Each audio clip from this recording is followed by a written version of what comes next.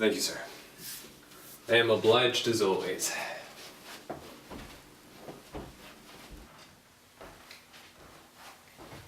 Again, thank you. A pleasure. Please take a seat.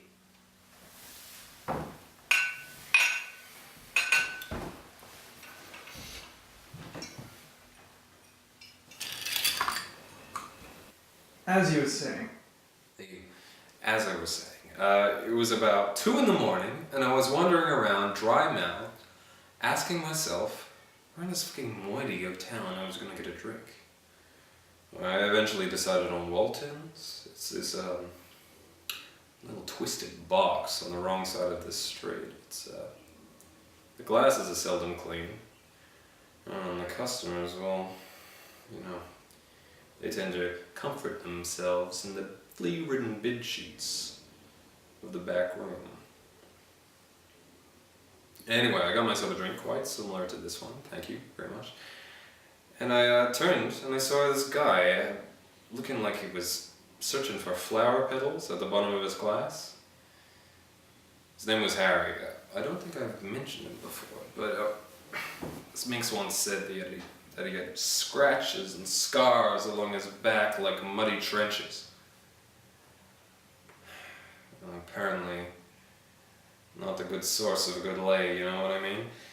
But that's a different story.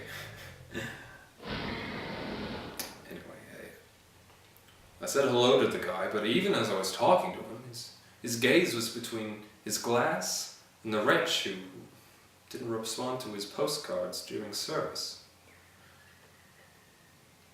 No, you know, he was unstable looking.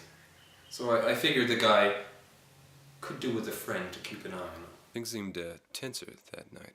There was an act on the stand. One of the dancers was lying on the table, encircled by men in suits, and grinning at the ceiling. It was cold outside. It was about this point that the noise of that place was beginning to boil to some unholy din, and disorderly guests were beginning to bring even more attention to that strong scene, as things were getting more and more overbearing. Anyway, while I was listening to one of Walter's soliloquies, Harry moved off with some sort of morbid concentration in his eye.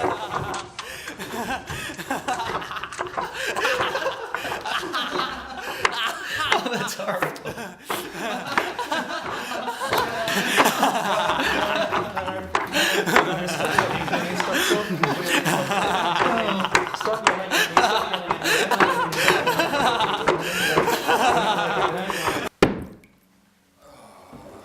I'm sorry. I'm always making such a mess. That's fine. I was gonna get a new set anyway. You know, the point is, poor Walter. You know, I really ought to give that guy bigger tips. Agreed.